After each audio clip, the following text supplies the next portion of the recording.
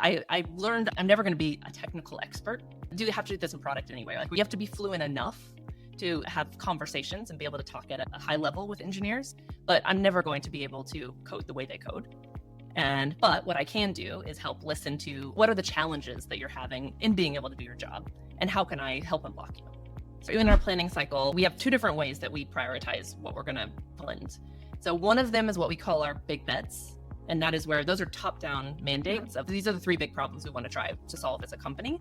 And then there's certain pods that are pointed at those problem spaces. And then they get to figure out, like, how are they going to do it?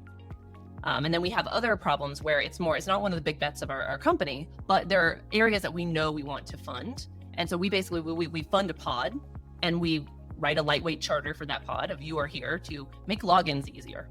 And then they go and figure out how to do it. And they're driving their own roadmap. Prioritization is always hard, but when in a business like ours, marketplace is complicated. There's a lot of high ROI opportunities. Mm-hmm. But we found in the past, we tried to do too many at once, and we didn't have enough progress on any of them. So this year, we really committed to doing fewer things, and so far, so good. We seem to be making a lot more progress because we pick fewer things to focus on. Creating great products isn't just about product managers and their day-to-day interactions with developers. It's about how an organization supports products as a whole, the systems, the processes, and cultures in place that help companies deliver value to their customers. With the help of some boundary-pushing guests and inspiration from your most pressing product questions, we'll dive into this system from every angle and help you think like a great product leader. This is the Product Thinking Podcast. Here's your host, Melissa Perry. Hello, and welcome to another episode of the Product Thinking Podcast. Today, I'm excited to introduce Kristin Dorsett, the Chief Operating Officer at Viator. Kristin has been with Viator since 2016, witnessing its incredible growth and transformation under the TripAdvisor umbrella.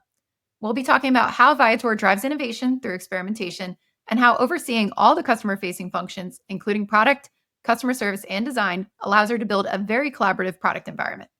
But before we talk to Kristin, it's time for Dear Melissa. This is a segment of the show where you can ask me any of your burning product management questions. Go to dearmelissa.com and let me know what they are. Today's episode is brought to you by LiveBlocks, the platform that turns your product into a place that users want to be. With ready-made collaborative features, you can supercharge your product with experiences that only top-tier companies have been able to perfect. Until now. Think AI co-pilots like Notion, multiplayer like Figma, comments and notifications like Linear, and even collaborative editing like Google Docs. And all of that with minimal configuration or maintenance required. Companies from all kinds of industries and stages count on LiveBlocks to drive engagement and growth in their products. Join them today and give your users an experience that turns them into daily active users. Sign up for a free account today at liveblocks.io. Here's this week's question. Dear Melissa, I'm a seasoned product manager who's just joined an organization still new to product management. We're in the maturity stage, and a big challenge is that each customer is onboarded via a large, long implementation project, including complex configuration and customizations developed, resulting in non-standard individual circumstances that require a lot of effort to maintain and build against. How can I best communicate this to leadership to help them understand? And do you have any specific advice in transitioning away from this configuration trap? I see what you did there, and I like the configuration trap. So I really think this depends on what your company is looking for. There are two considerations here. One is that if you are trying to be a product company, you do want to stay away from as much custom development as you can, right? Because what we're trying to do is build one thing and sell it to multiple people and expand that to meet their needs, right? That's how we make our margin, and that's how we can scale as a software company. But I would also look at what is your differentiation and why are people buying you? So are they buying you because you're configurable? And is that the target audience that you want to go after? Now, configurations aren't bad. It's just about who does the configurations. So for example, Salesforce has built an entire business over a highly configurable product, but they work with services teams to outsource this to other vendors. So they're not taking on all this work themselves. Instead, they basically made a pipeline of other people who can go do that, and it brings them revenue. So you might want to think about what is our differentiation and why do people come to us? And how do we want to grow and how do we want to make money? Is it through configurations? And if so, is there a partnership model here? Or do we make it easier for customers to configure it themselves? Also, how do we think about standardizing configurations and what we say no to? Businesses will always ask for everything, right? Everybody wants everything custom. They want it to their unique needs. As a product person, we're trying to go out there and figure out what is standardizable, who are these types of personas that we want to solve, and then who is the right customer to solve this for. So maybe you start this conversation from two lenses. One, who are our customers and who are our good customers? What are their unique needs? Do they have areas where it's very different with the needs, or are they pretty similar? And should we just concentrate on that? I would also work with sales to see if they're just targeting way too many people and people who are not great customers, let's say, or not people that you want to sell to. That might be why you're configuring everything all over the place. It could be for a bunch of different use cases. So I rely on that with leadership. And then two, I put your business hat on and then start talking about differentiations, what's contributing to our revenue, what's contributing to our costs, and start breaking that down for leadership so that they can see how you can grow and what you might want to look at there. Take that business approach from it rather than from a building perspective and a supporting perspective, tie it all back to revenue and cost. And that's usually what gets leaders to buy in and start to understand, oh, this is a landscape of what I'm dealing with, and this is what I want it to be. This is what I want the business to look like. So I hope that helps. And again, if anybody has questions for me, go to dearmelissa.com and let me know what they are. Now let's talk to Kristin. Welcome to the podcast, Kristin. Thanks for having me, Melissa. So you have a very interesting role at Viator where you're the chief operating officer, but you see product and you also oversee other functions. Can you tell us a little bit about that role and what led you to it? Sure. So this changed fairly recently. I was looking after what we internally call R&D, which is product engineering and data, for the last several years. And then we had a new president just join us. And when thinking about what the composition of our leadership team should look like, they saw an opportunity to have a COO and tapped me for the job because I've been at Viator a really long time and I've overseen a bunch of different functions within Viator. And I'm really passionate about how the work gets done and how the work gets done across functions. I've done roles in my career that were very product oriented, but also sales, marketing, and customer service.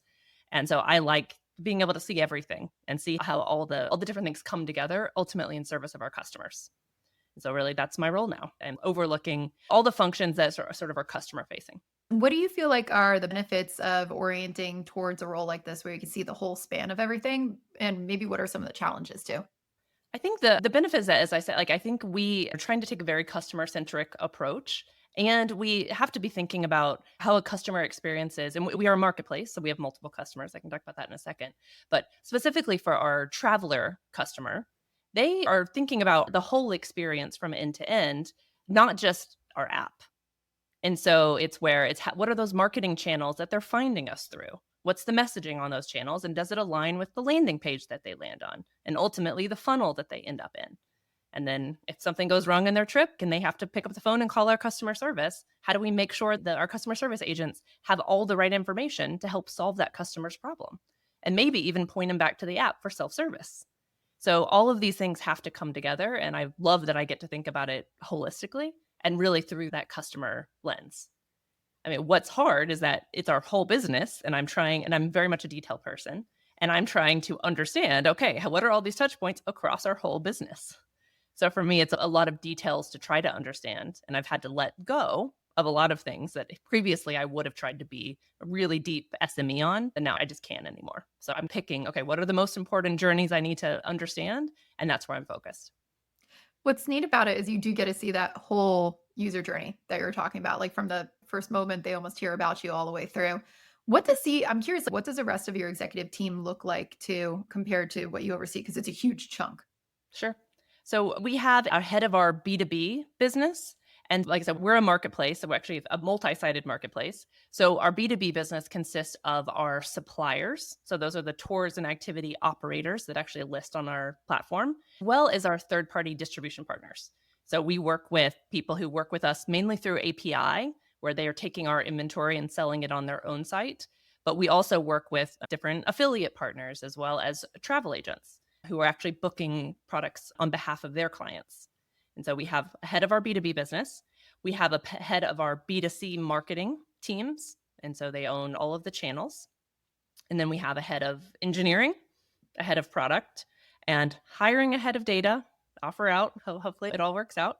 And then a head of customer operations. Cool. Who looks after our customer service operation as well as a few other operations internally.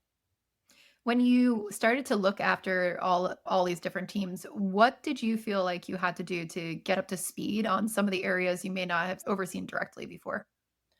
I think I've been fortunate. I have overseen a lot of these directly in, Cool. in, in my time at Viator, but for some of them, I mean, engineering. So we had a CTO up until about 2 years ago, and he and I were partners, and like we Mhm. were coming up with our shared R&D strategy. I was looking after product and data. He was looking after engineering.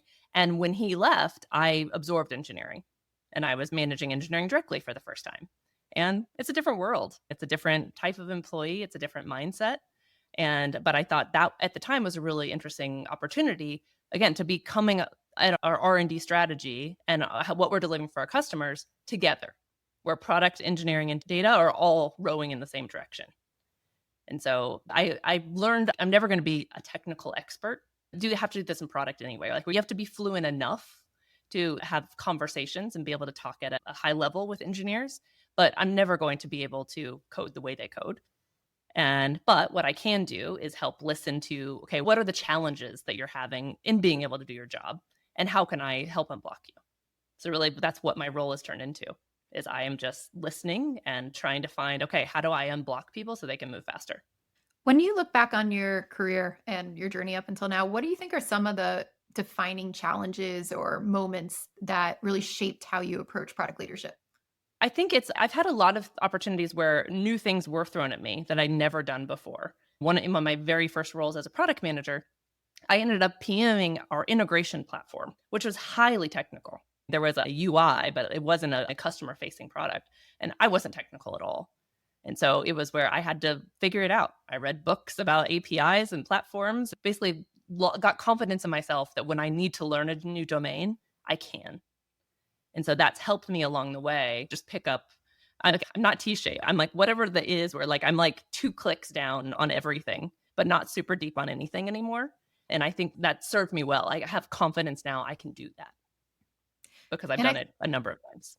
Yeah, and it also sounds like your ability to learn and to dive into other pieces definitely contributed to you being able to be the COO and look over all of these different areas too, which I think is important. Yeah, Yeah. it is where I can learn enough to help hire good, because really I see that's my main job besides unblocking people, is hiring good leaders and then helping teams get out, like us get out of their way so they can just get work done. So when you're unblocking those teams and trying to figure out how do you shape a culture that goes across this entire user journey and this whole life cycle and all these different teams, what are some of the philosophies that you're bringing into place at Viator? I think we definitely, I mean, they're instilled in our core values, but we have a big one around iteration and constant improvement. And we don't do big product launches, for example. Like we'll have a hypothesis, we'll construct the lightest weight test we can to validate or invalidate, and then we'll iterate until we find something that works. And I think that's really baked into our values. And it's definitely in R&D, but it's also increasingly showing up in marketing and customer service and other teams. And that's, again, why I think it's so important that these teams don't live in silos, because the same product practices work in other functions.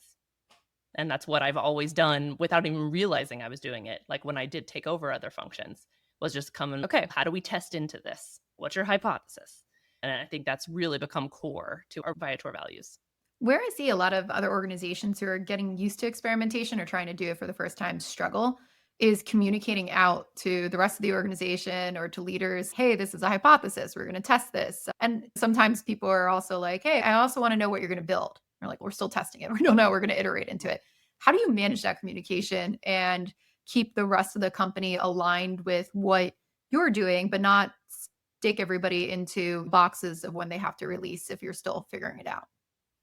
I mean, we've been on a cultural journey with this. It is where, like, we definitely 5 years ago had a culture where it was all about celebrating your wins. And to celebrate a win, you had to get it to a certain level of statistical significance. Otherwise, people would poke holes. And if you had something that wasn't a win, we never talked about it.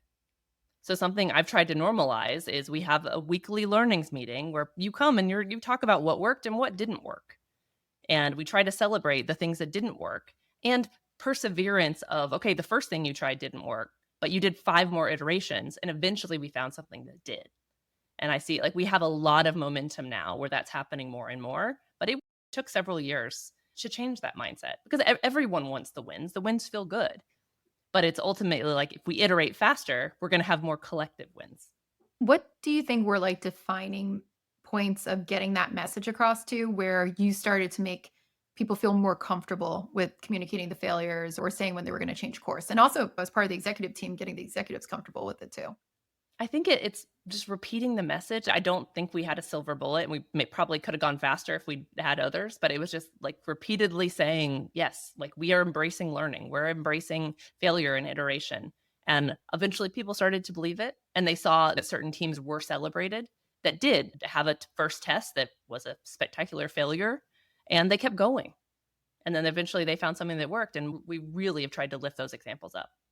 When you think about setting up a good environment for people to go out and do experimentation and iteration the way that you do, we talked a little bit about like culturally just having that be acceptable. What else does a leader need to put in place so that their teams can operate this way? I think for us, we really had to invest in our experimentation platform and tooling to even enable testing that we can maybe call a bit earlier. So we've employed different statistical methods that people way smarter than me had devised for us to be able to run a test for a much shorter period of time. So then we can run more successive iterations faster. Oh, cool. And so I think having the tooling in play is really important. Okay. So it sounds like you're going after statistical analysis here. You're still like making sure it's in with the confidence intervals of if it works or not. And then this all sounds like it takes a lot of data and being able to interpret the data too on the product side. How do you embrace that data mindset with your product managers and with your other teams? And what do they do to make sure that they are reaching their hypotheses? Yeah, we're very data driven, and it's just kind of part of our culture of we're always asking for what's the evidence. Even if you have a hypothesis, what's your evidence that's driving this initial hypothesis? And we've embedded analysts into almost every single pod on almost a 1-to-1 ratio, which is higher than I know what a lot of other companies do. And it's because we want insights. We want analysts who are not just producing reports, but bringing ideas to the table. So it is where we have very cross-functional pods with a PM, tech lead, engineers, designer, usually 1-to-1, at least on our B2C products, and then an analyst 1-to-1 in the pod if possible. Wow. And actually increasingly ML scientists we're trying to embed as much 1-to-1 as we can. That's cool. And we're trying to have everybody at the table bringing ideas, bringing hypotheses, and looking at the data. And so that's where it's, again, been a cultural change to get us here, but I think we've had a lot of momentum to using data every single day to make every single decision. When you're looking at AI and those machine learning engineers as well, what are you using those skills for? Are you using them internally? Do you bring them out to your customers? What's your philosophy on it? So we're definitely in our customer-facing products. This is one of those areas we're hiring as fast as we can, and we would love to have them embedded across everything, both internal and external products. But for the most part now, they are embedded in our customer-facing teams and focused on the things you would expect, like search. We describe our biggest problem to solve as product matching. So we're a marketplace, over 400,000 experiences you can book. But as a customer, you don't want 400,000 experiences. You want the 5 that are maybe the most relevant to you and your party. And so we have a lot of our AI resources focused on trying to solve that problem for our customers. Cool. And when you're trying to figure out the AI strategies, I feel like a lot of companies are like, how do I use this? Or they're just throwing AI on stuff. What's your way of looking at this and figuring out how do we intertwine AI into our product strategies? I think we're definitely starting with what customer problems do we want to solve, and then what technology is available to help solve it. Like we're using traditional ML still for most of our customer facing problems. We're using generative AI more of our internal use cases. And so it will be like we have the Gemini suite across a lot of our internal tools. And yeah, like we're using AI a lot for internal productivity, but really more traditional ML in our products itself. Because really that's the right tool for the job. Because in a lot of like generative AI is overkill and LLMs are overkill for a lot of the problems we're trying to solve. When you're looking at how do you use it internally, are there any use cases for generative AI that has really been amazing for your team or that you found that is really worthwhile? We're still testing, and yeah, we're using it for meeting notes and for, definitely very liberally in our CS operation, like even training up our agents. We're using a pretty cool tool called Zenerate. Cool. that is basically helping simulate customer interactions for our agents so they can get up to productivity faster. And so I think there's a lot of cool use cases, but I wouldn't say it's fully in our culture yet. One of the shifts that we're trying to make this year is how do we get every single problem, internal or external, where people are thinking AI first as far as what the solutions could be. But again, it's about deploying the right tool to the right problem. Yeah, you don't want to just blanketly say that AI has to solve all these problems. It's like, we got to figure out what's good for it.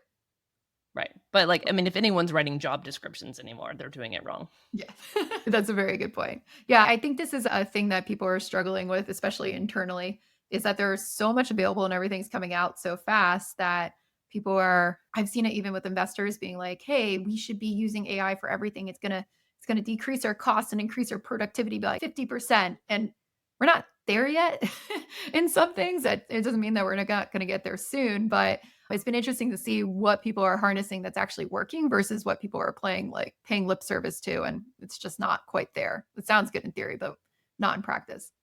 Yeah, I said we're pretty early. We're Yeah. looking and we're trying to put a bit of infrastructure in place internally to help map all of our internal employee journeys and try to Mhm. understand, okay, what are those things that are just manual that don't need to be a human doing something? And so I would say we're going to be chipping away at use cases this year, but I would say probably next year and beyond is when Yeah. we'll really start seeing where the work itself changes dramatically. It's a issue I see for a lot of companies out there too, is like who is doing that mapping and who should be looking at this stuff to figure out if it applies to internal use cases. Do you have a team associated with that, or does every division have people? We're trying to figure it out. We've had, again, within customer service, we had people who were doing agent journey mapping.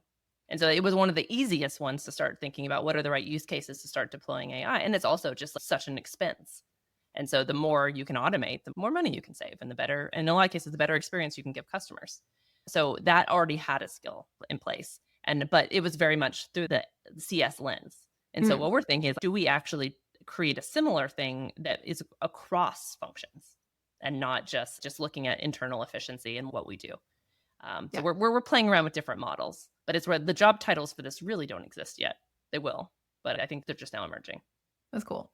When I think about what you oversee too, what's exciting for me is that in many organizations, because customer success and product and all these different areas are so siloed across the user journey, we might not be sharing data back and forth across these areas. Do you do anything specifically to ensure that product is learning about what customer success and customer support is hearing and making sure that those people who might be talking to customers or talking to even the B2B side of stuff is bringing things back in? Like, how do you do that exchange of data? Yeah, we have a pretty robust voice of the customer program that takes into account all of the qualitative contacts that we get. So any customer service contacts, we look at traveler reviews, app store reviews, Trustpilot reviews, and we take all of that and map it to the journey and try to understand based on the journey, what are the problems that we're hearing the most frequently. And our PMs are using it every single day to mine opportunities. We actually had a PM for our checkout team who was one of the first to really dig into this. And he just looked at, okay, here's the opportunities. We looked in our product analytics tool. Here's what the data is saying. And then he just basically created a roadmap that just chipped away. These are all the frictions in the traveler journey that we're hearing, but also we're seeing in the data. And we improved our checkout conversion by 20% last year by just listening to what customers were telling us weren't working. It's a great outcome there too. And so it sounds like this person too went across like the entire journey and looked at every step, and it wasn't just in product. It was mainly the checkout part of our journey, like on mobile web and desktop mainly was the part he owned. But he was taking all the inputs from whatever source he could get, including customer service. And so we know people pick up the phone and call us when they're at this step of checkout, and these are the problems they have.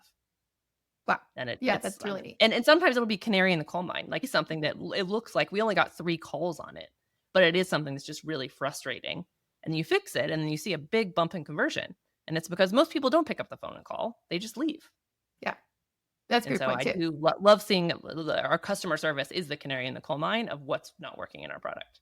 Hey, product people, I have some very exciting news. Our new Mastering Product Strategy course is now live on Product Institute. I've been working on this course for years to help product leaders tackle one of the biggest challenges I see every day: creating product strategies that drive real business results. If you're ready to level up your strategy skills, head over to productinstitute.com and use code LAUNCH for $200 off at checkout. Yeah, that's great.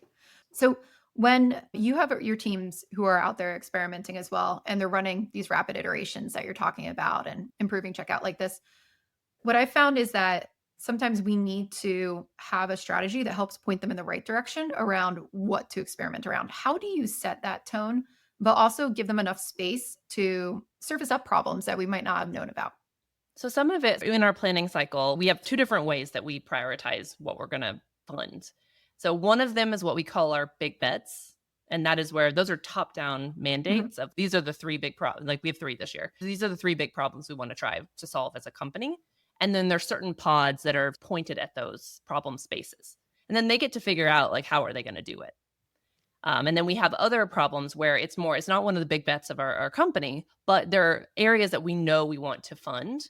And so we basically, we fund a pod and we write a lightweight charter for that pod of you are here to make logins easier. And then they go and figure out how to do it. And they're driving their own roadmap. So we're a mix of tops down and bottoms up. Okay. And is it like the big bets that you're funding? Is it across like product lines on that area? And then these pods are off to the side for these other things? I find that a lot of when companies are trying to figure out how to budget and portfolio plan for like how much do we invest in strategic versus bugs versus this, they always struggle because there's so much to do. What's your philosophy on like pulling people out of areas to go tackle certain problems versus like keeping them aligned into product streams? We try to have stream-aligned teams and long-standing teams as much as possible. But it will be where the type of problem we have them solve may be slightly different from year to year. So this year for us, product matching. It's like one of our big problem spaces that we want to solve.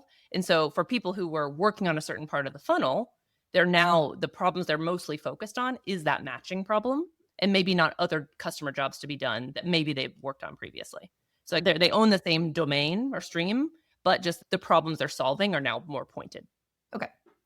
When you're thinking about iteration and experimentation as well, one trap that I see a lot of product teams get into is iterating around, let's say the local maxima, right? Local Rather maxima, than rethinking things from like a holistic point of view. What's your balance that you see there and how do you encourage people to not fall into that trap? I think it's tricky, especially if you are aligning a pod with a certain part of the funnel. They're thinking about that part of the journey and maybe they lose the bigger picture. And so it is where we're trying now, like with everything the teams are doing, is they have to show the journey.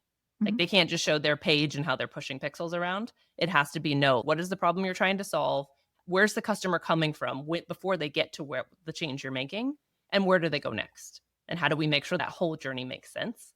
So that's one way we're doing it. And then it is also where some of our big bets is those bigger problem spaces that one pod can't solve on their own. And so it is where we're just going to say like product matching, it's going to be really hard. And it's going to take different teams trying different things. Some things will work, some things won't. But hopefully overall, we make major progress this year. Whereas an individual team wouldn't potentially have that same level of ambition. With something like product matching, how do you kick that off, right? Like it's an initiative that spans so many different people. You want to bring them together. What's that whole process for kicking off one of those big bets look like? Yep. So we are very document centric. I think we'll talk about remote work in a minute, but we're primarily remote. We write lots of documents so that people can think about things async. And we're also fairly left-brained and thoughtful as a culture and the type of people we hire. So not everyone's comfortable in a manic brainstorm session. Like we like to write things down and think about it for a bit. And so usually things start as a doc, like a doc that can in theory be written by anybody, but typically it's our product directors and end up writing most of them. And so product matching would have started as a doc of here is a problem space, like a major meaty problem that we think is worth solving. And here's the rough problem, here's the rough opportunity size. And we then talk about these docs at an executive team level and prioritize, okay, which of these big problem spaces do we want to try to go after next year? And then we pick a short list of the things that we think could be interesting. And then we have the teams then take it to the next phase of fidelity. And so, okay, product matching. If we were to do this, what are the milestones? What are the more discrete problems we would try to solve? And what's the opportunity size of those more discrete things? Because obviously, like a finger in the air opportunity sizing, you can say, yeah, if we increase conversion by 10%, it's worth millions of dollars. But that's if you're solving the whole problem. Like, what do we actually think we can solve in a given year? And then how do we understand, okay, is that going to be valuable enough to put a bunch of resources against for a whole year? And so that's how we got to our top 3 things. And it was hard. I mean, the prioritization is always hard, but when in a business like ours, marketplace, it's complicated. There's a lot of high ROI opportunities. Mhm. But we found in the past, we've tried to do too many at once, and we didn't have enough progress on any of them. So this year, we really committed to doing fewer things. And so far, so good. We seem to be making a lot more progress because we pick fewer things to focus on. I see that trap a lot where we try to do way too many big things and then nothing gets done. How did you kind of come to agreement to focus on less? I imagine it wasn't an easy discussion, but It what type It's of been a journey over several years. It was where probably 4 or 5 years ago, we started doing OKRs at the company level, period. Like it used to be very much bottoms up, like every function and team will come up with their own OKRs. And they roughly laddered up to a higher level strategy, but it wasn't always fully aligned. And so we moved to company level OKRs a few years ago, but we still then tried to satisfy everyone's bottoms up idea of what they wanted to do. And so we would have 30 big bets in a year. And because we were just trying to make everybody happy. And then I think we've had enough years, and I think we went from 30 to 14 to I think 6 maybe. And then now it was like we still didn't make enough progress across the 6. So we're going to do 3. And like everyone had seen enough of that evolution to realize we can't keep trying to do as many things at once. with that focus as well? What I've seen is sometimes things that we would like to get done in other departments are just not prioritized. We're not going to be able to do that. How do you balance that too as an executive team and talking to other departments on what's the tone and the culture there to get people on board with that? On the whole, we're very collaborative and very helpful. And again, like sometimes it's where we're too helpful and we have too much work in progress because we're trying to be helpful and help everybody. But I think it is where like these big bets, they're not just R&D, they're cross-functional. And so it is where every single person in the company knows, okay, we have these 3 big things that we're trying to do. And so any resources that are needed to go after it, that gets first in the pecking order of any project. And the next would be anything that's what we call a team-driven project. So that's the thing that, again, for a pod, it's the thing that aligns with their charter. For a marketing team, it's the thing that's going to drive performance for their channel. But everyone recognizes big bet, take priority over everything else. And then we do have a lot of pods are aligned with sales, marketing, CS. And we see those team members as extended members of the pod. Something that kind of rubs me the wrong way, having been a stakeholder for a lot of my career, is the term stakeholder. Like when I was leading sales and very active in the product pod supporting my area. And like I was there at the table with ideas just as much as anybody. And my team was the one on the phone selling the thing. And then it always rubbed me the wrong way when product would claim the success. And we all contributed to this. Yeah. And so I think that's something like I get as I've taken on more cross-functional roles is I want us all to, everybody gets the win. Like it's no one team that gets success because every team has to work together collectively to really drive the big results. I love hearing you say that too, because I feel like the sales product divide is an interesting one. And on some side, I hear the opposite sometimes from product teams where they're like, oh, sales is just selling whatever the hell they want over there. And when we have to go clean it up, like we have to tell them, no, we can't do it, or we get in trouble for not releasing it. But it's true, like the teams I see that operate the best, they have such an intertwined relationship there. And it's no, we're just throwing this over, we're not fighting. It's like we're all in this in the same boat. Yeah, I think that's the only way to have sustainable results long term. I feel like a part of that too, though, is doing what you guys do, which is the big bets on the top that go across everybody. And this is what I would try to push when I call them strategic intents. But it stops like the infighting, I think, between departments being like, hey, I have this sales goal over here and we have this product goal over here, and they're not aligned and they don't roll up into anything that's like company wide. And that's where I see like a lot of the fighting or the headbutting. Yeah, again, I mean, incentives drive behavior. And so people have their own individual team goals. That's what they're going to want. Even if they are like our culture, we're collaborative, we're nice. But it's still ultimately like someone's individual performance is based on what their manager tells them to do. And so let's make sure that their manager is telling them what the company overall is trying to do. Yeah. What do you do at the executive level, and what do you encourage to, because this is a friction point I see for your like direct reports and maybe like that middle level of managers to be cross-functional and not just get stuck in like product world, UX world, customer service world, but to actually be like collaborating across all of these functions? I think, again, this has been a journey over many years, but I think some of it is we do planning cross-functionally. Okay. We write documents cross-functionally. So it is where if we're writing a doc on a new problem to solve, it should be co-written typically by someone in product, someone in design, maybe someone in analytics, who are all thinking about the problem from different angles. And so I think it's just more, and they see that sort of from the top all the way down. And so they see us, like I co-write documents with my peers all the time. And so you see, it's no, like this is just how we do things around here. Yeah. And for some people that's a challenge. And I would say like engineering's been the hardest to get to come into the fold because engineers are different and they culturally, like they work on a different rhythm. And so getting engineering leaders to come to the table and have ideas about what customer problems we should solve, that was uncomfortable for some of them. And like telling them like, no, you're not just here to supervise your engineers and make sure their code is good. You're here to solve business problems. And I've been very proud of the engineering leaders and the journey they've been on and where they are today, but it wasn't always easy. I've seen that mentality too. I've had the privilege of working with a lot of engineers who are super customer minded and they'll just jump into those problems. But then I've also met engineers who are like, I'm the architecture person, like elegant code. I want to manage my stuff over here, but I don't know why you're inviting me to customer interviews. What did you find were a couple of things that really worked, bringing the engineering leaders to the table to get them to shift their mindset a little bit? I think making it more obvious that they were just as accountable to the outcomes as the product directors were, and that they were invited to speak at we have monthly OKR meetings where we talk about how things are going. And like they didn't used to be even invited to those. And now they're not just invited, they're expected to speak. And we also similarly, like we have our heads of analytics are the ones presenting our KPIs. And I think it's just like everyone knows, okay, no, this set of people, cross-functional leaders, are the ones accountable for driving this OKR. And it's just like they're sitting there at the table and it's just visually obvious that no, okay, wait, I'm actually accountable for this too. I like that. Lifting up the behaviors you like to see, celebrating the engineering leaders who have done really customer-centric stuff and who have gone above and beyond on partnering with design on something or analytics on something or ML on something. That I think it's just, and I think we could do even better at this. We've actually been, since our new president joined, we've been talking a lot about our culture and what we want it to be. And I think these are areas where we can be even better than we are today.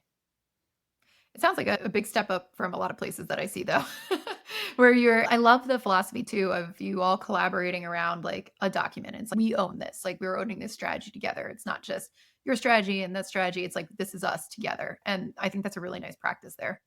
Yeah. So Kristin, it's been lovely talking to you. I got one more question for you. When you look back on your career, if you could go back and tell your younger self some piece of advice, what would you do? What would you tell them?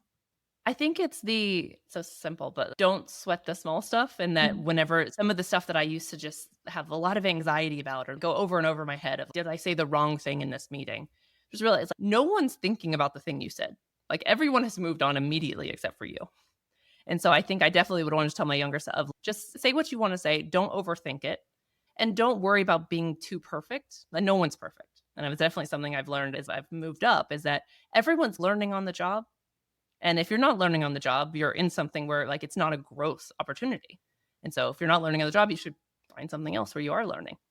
And I think having just that mindset of, no, if you don't have it all figured out now, it's fine. Nobody has it all figured out. And that if you think they do, like they're just better at masking than you are. I think that's great advice, especially for people younger in their career too, where every little problem sounds like it's going to be the end of your career. Yeah. No, I used to, there's the things I would stress over now that again, like it's in perspective, but it's just like, it wasn't that big of a deal. It's like I would send an email and someone would get cranky and it's like, it wasn't the best thing, but they're over it. I should be over it faster too. Cool. Thank you so much for that advice. And thank you for being on the podcast. If people want to learn more about you and Viator, where can they go? So I would love for people to play with the Viator app, especially ahead of their summer vacations. So we are the world's leading marketplace for tours and activities. So if you're going to a destination abroad or even domestically within the US, just give us a try. And I would love your feedback. You can drop me a line on LinkedIn. It's probably the best social to connect with me on. I would love to hear your feedback on what you think about the product. Great. And we will put the links to Viator and we will put the links to Kristin's LinkedIn at our show notes at productthinkingpodcast.com.